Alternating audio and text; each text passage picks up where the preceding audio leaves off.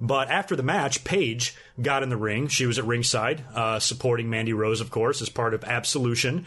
And she gets on the mic and she proceeds to retire from professional wrestling, which is sad. She did commentary at WrestleMania during the Battle Royal. She even mentioned that maybe she can be there next year. I've held out hope. I've been of the opinion that Paige one day will wrestle again. But then again, it's not exactly like Daniel Bryan. It's not a head issue. Hers is more of a neck issue. And the fact that she could be risking paralysis and really serious damage to her neck if she continues to wrestle, and the doctors have advised her to retire. And she had a speech, and the whole time, since it's the night after WrestleMania, if this was any other night, I'd probably believe it. But I was watching the promo waiting for the heel turn. I didn't realize that the Absolution girls left the ring. I kind of thought they were still in there. So I thought Paige was going to turn on the two of them and beat their asses and say, I'm back or whatever, but it never came. And then as the promo was going on, I'm like, you know what? Mandy Rose and Sonya, I think, left the ring, and they've left Paige alone in there.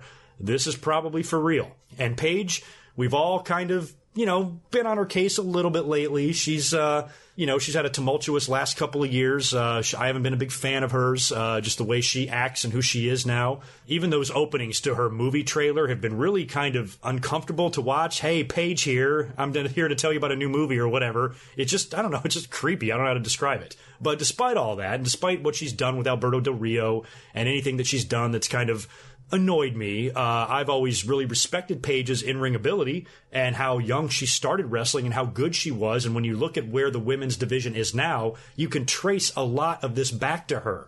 I mean, when Paige came in was really when it started getting rolling. I mean, AJ Lee was better than most women's wrestlers, but I don't think she was, Emma or Charlotte or Natalia level. But she was still doing her thing in there, and she was still very good. But when Paige came along, it seemed like, wow, we actually have wrestlers winning the women's belt now. And they eventually dropped the Divas title and turned it into the Women's Championship and started treating it more seriously. And look at where it is now and all the great women we have there. And Paige really got the ball rolling on a lot of that stuff, and I give her credit for that. It was the night after WrestleMania 30, 4 years prior, in that same building, which I didn't even realize, when she made her debut. So for her to retire in that very same spot 4 years later, I thought was a very fitting end. She didn't blubber on in a big speech for, 3.5 years about her long career. She had a 4-year career, and she had a short retirement speech. She laid a T-shirt down in the ring and left it all right there in the middle and left the ring. And that was it. Crowd gave her a standing ovation. I feel horrible for her. I just think this sucks terribly that at this age, at 25, 26 years old, whatever she is, she's got to hang him up. I was holding out hope that she would maybe get cleared one day. And maybe she still will. But for right now, she's retired.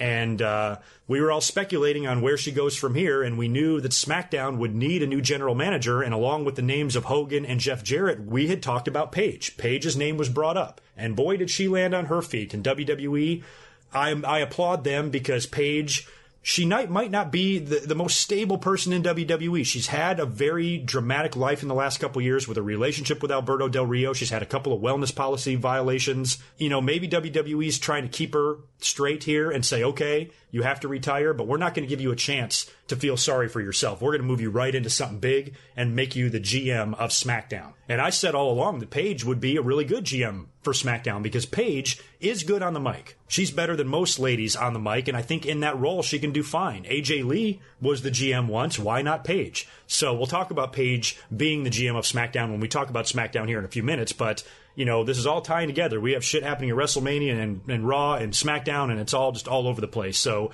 I apologize if it feels like this podcast is all over the place, but I'm trying my best to structure this and go in order here. But I wish Paige nothing but the best. I feel horrible that her career is over, and I just hope she keeps her head up and she does. She sinks her teeth into this new role. I really liked that she mentioned in her speech that people have talked to her, people like Edge, who's had the very same neck problems and had to retire for the same reasons. She's probably getting some advice from Daniel Bryan as well, who also got put in a GM role when he had to retire. So Paige is kind of reliving his situation herself. So hopefully there's enough people there to surround her and support her and give her advice, and she'll flourish in this GM role. I really hope she does. So best of luck to you, Paige, and I'm going to talk about you again here in just a few minutes.